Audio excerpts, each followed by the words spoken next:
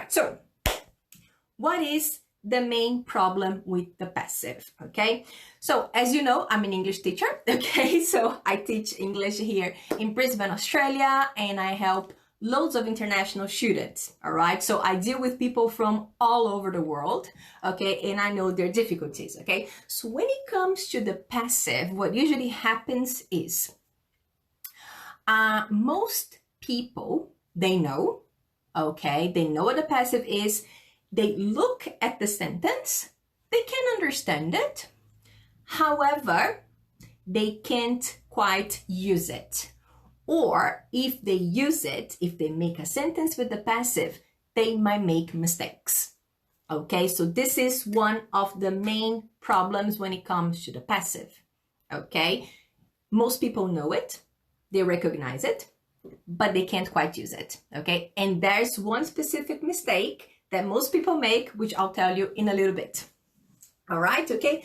So what happens most of the time is, okay, now let's think about the IELTS exam, let's think about the essay, okay? Or even task 1, okay? For academic or general, okay? Yeah, just one thing, guys. If you're doing if you're doing the general IELTS, and if your letter is informal, maybe you don't need passive that much, but if your letter is informal, yes, definitely. And if you're doing academic, basically your whole task 1 will be passive, especially if you are describing a process. Because when you think about task 1, okay, in the academic, okay, they have the process sometimes, you know, that you have to describe, okay? So when you have to describe that process, who are you going to say is doing the action? No one is doing the action, right? The action is happening. So you need a passive to describe that, okay? So if you're doing the IELTS academic, you really need the passive in task 1, all right, guys? Because you have to describe data, less like a report, okay? So you definitely need it. Okay, so let's think about, so thinking about this, all right, guys? One thing that comes to my mind, what I've seen, okay, people who kind of don't really use the passive in their writing, they might be getting 5.5, 6, okay, if you don't have any passive in your writing. But then there are those people who are using the passive, they are trying, and they're making mistakes. These people are getting 6.5, okay? However, the people who are really using the passive and they are using it accurately, they are not making mistakes, these people are getting 7. Okay, these people are getting the desired 7 in writing. Okay, guys, so just think about it, okay? Not using it incorrectly, and using it accurately. So that is the difference, okay? So as I said before, okay, I help loads of people with the passive, okay? And I'm gonna tell you now the most common mistake with the passive, all right? Okay, so unfortunately, this is a live, so I'm using my phone. So I'm not using my computer, so I can share my screen with you guys, okay? So if you're really interested, maybe you can grab a grammar book and have a look at the passive section of your book, all right? Because I'm gonna tell you now, I would rather write it, but we can't now, but it's okay. All right, so let's just start with a very, very simple sentence, okay? And then we're gonna try and make it passive. So we're gonna think about a sentence in active, and then I'm gonna try and change it to passive, and then I'm gonna tell you where most people make mistakes. All right, okay, so I like to use this example, okay? It's an example I've been using for a long time, and it really works, okay? So I have a friend, okay? And this friend, his name is Jack, okay? And Jack is a civil engineer, all right? And Jack builds houses every day because he's a civil engineer, all right? So he builds houses, okay? So he goes to the project and he does this kind of things, okay? So when you think of this sentence, Jack builds houses. Jack builds houses every day, okay? So Jack builds houses. When you think of this sentence, Jack builds houses, is the sentence passive or active? Think about it. The verb is to build. Who builds? Jack. All right, Jack is before the verb. So that's the subject. Yeah, okay. So yeah, so that's active. So Jack builds houses, active. So I'm focusing on Jack. But if I want to focus on the action itself, I will use the passive, right?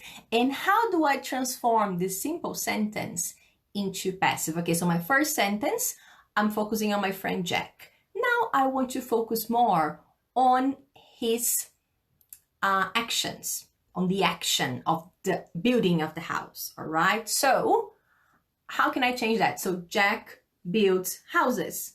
How can I change? I can go, houses are built by Jack. All right, I can just say houses are built, but I want to say I know who did it, so I can say by Jack. Okay. Oh, hi, Fabi. Hi, Fabi. Hi, Carlos. How are you? How are you? We're talking about grammar today. Passive. Okay. So yeah. So so yeah, guys. So again, one more time. Okay. So we have the sentence, Jack builds houses. Okay. That's active. And then I want to change to passive. Houses are built by Jack. Okay. So when we think about these two sentences, okay, they have the same meaning, but they are a little bit different. The first one, my focus is on Jack. The second one, my focus is on the action. And houses are built. Okay, houses are built. I can understand that by Jack. Oh, so he does it. But because the person who did that action is at the end is not as important anymore. Okay, the focus is the action. All right. So now thinking about the passive sentence. The passive sentence was, houses are built by Jack.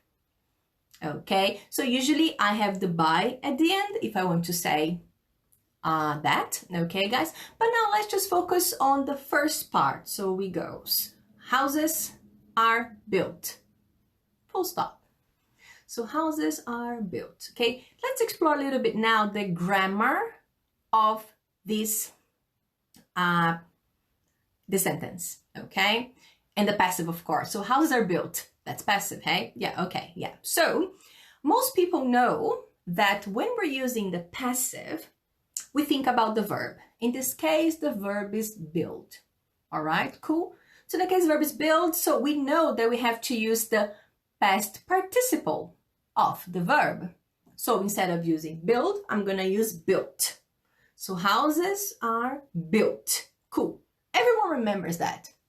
However, most people forget about the verb be, which will go with the verb. Okay, so the reason people have problems with the verb be is because the verb be will change according to the tense. Okay, so listen to me. The reason we are saying houses are built is because the first sentence I said, Jack builds houses, was present simple.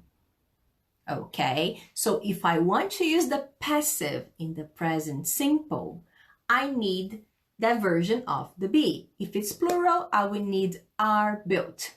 If it's singular, I would need is built. Okay, and that's where people make mistakes. So the mistake sometimes is not really with the passive, but the mistake is Most people, they don't know the tense they are using. Okay, so that is why when I revise passive with my students, the first thing we do, we talk about tenses. So it's funny. I remember once a student of mine, he said, hey, Fabi, I think I need to revise the tenses. And I said, oh, okay. He said, yeah, I know you wanted to talk about the passive today, but I really need to revise tenses. I said, I think we can do both. And he said, but we only have 1 hour. I said, oh, but I think I can do it. I can do it. And then that's what we did. So we managed to revise the tenses and the passive at the same time. Okay, so managed to do that. And then at the end, he was like, oh my God, that was amazing, because we revised the tenses and now I know the passive. That's so good. I'm like, yeah, that's it. Because I do think that people are making mistakes because they don't remember the tense. They're not sure what tense they're using. So they can't quite get the verb be right and they make mistakes and they get 6.5, not 7 in writing. Okay, guys, so if I were you, I would grab a grammar book, okay? Grab a grammar book, look at what I'm saying, okay? Highlight the the be part of the verb, okay? So let's say, let me give another example, okay? So, so remember my friend, Jack? So it's lunchtime now here in Brisbane, but my friend Jack, he's a workaholic, okay? So he works through lunch. So what do you think he's doing now? So Jack is building houses, okay? So he's a civil engineer, he's out there talking to people who are building houses, and then, he's building houses, sure. So Jack is building houses. Active, present continuous. Jack is building houses. Now, if I want to focus on the action, how can I say that? Think about it. Houses are being built by Jack. So as you can see, houses are being built. So we kept houses, we kept built. Houses is the thing that is being built, okay? Built is the participle of the verb, but then I need to change the middle because it's my verb be. And now I'm not using simple present anymore. I'm using present continuous. So I'm going to say houses are being built. If you were singular, a house is being built. Okay? So that's the part where most people get stuck. Okay, guys? And I've seen a lot of people not getting a 7 just because they get the tiny little bit of that sentence wrong. Okay? So if I were you, studying for the IELTS exam, 1 a 7, please revise the passive, okay, guys? And this video will be available on YouTube. You can watch it as many times as you want. And if I were you, I would go over that list because if you grab any grammar book, okay, in the section where they talk about the passive, okay, there will be a list of tenses and how you use the passive in that specific tense. And my advice would be for you to focus on the verb be. Okay, guys, because that's where you really need. That's what you really need to remember because that's where people make mistakes most of the time.